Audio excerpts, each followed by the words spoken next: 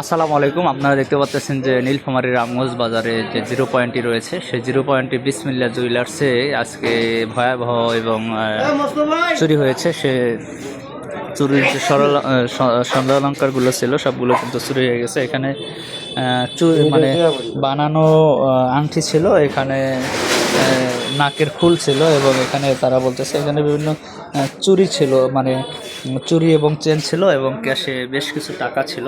সে টাকাগুলো কিন্তু সহ চুরি হয়ে গেছে। এখানে কিন্তু দেখতেছেন সব ফাঁকা, এদিক দিয়ে কিন্তু এই চোর ঢুকেছে, এই ফাঁকা দিয়ে চোরটি প্রবেশ করেছে। এই ফাঁকা দিয়ে এটি নীলফামারীর রামগঞ্জ বাজারের যে জিরো পয়েন্টটি রয়েছে এখানে কিন্তু এই দোকান দেখতে পাচ্ছেন।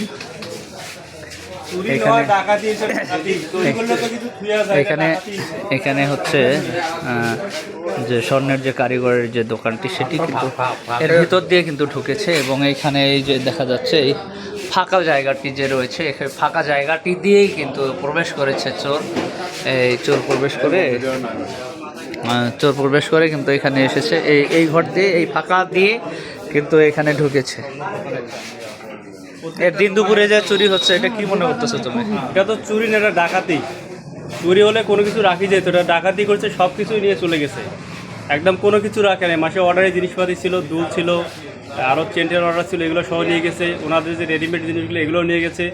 অনেক ক্ষয়ক্ষতি হয়ে গেছে ওনার। আমি চাচ্ছি প্রশাসনের মাধ্যমে খুব দ্রুত এর সমাধান করার জন্য, না হলে মানুষ প্রশাসনের প্রতি অনীহা চলে আসবে যে এরকম একটা কাজ হয়ে যাচ্ছে, এত দ্রুত ধরা পড়তেছে না। খুব দ্রুত চাই। হাট পাড়াদার ছিল এখানে, জানি না সেখানে ছিল না, কোন দিকে গেছে। তবে আমার মনে হয় যে সঠিক তদন্ত করে এর ন্যায় বিচার করা দরকার এবং ওনার যে মালপাতিগুলো হারাই গেছে দ্রুত ফিরিয়ে দেওয়ার ব্যবস্থা করা দরকার। যে অনেকে অভিযোগ করতেছেন যে এখানে প্রতিনিয়তই কিন্তু পহরাদার তারা নিরাপত্তার কাজে নিরাপত্তা দিয়ে থাকেন। এখানে মেন যে একটি জায়গা, সেই জায়গাটিতেই নিরাপত্তা দিতে তারা ব্যর্থ এবং দোকানদাররা শঙ্কিত, আতঙ্কিত। কারণ হচ্ছে যে তাদের মাল নিরাপত্তা কর্মীর উপরে নির্ভর করে তারা কিন্তু রেখে যায়, কিন্তু নিরাপত্তা কর্মী থাকা অবস্থায়ও যদি চুরি হয়ে যায় তাহলে সেক্ষেত্রে কিন্তু দোকানদারের কোনো নিরাপত্তা বা মালের কোনো নিরাপত্তা থাকে না। এই জন্য তারা আতঙ্কিত এবং শঙ্কিত।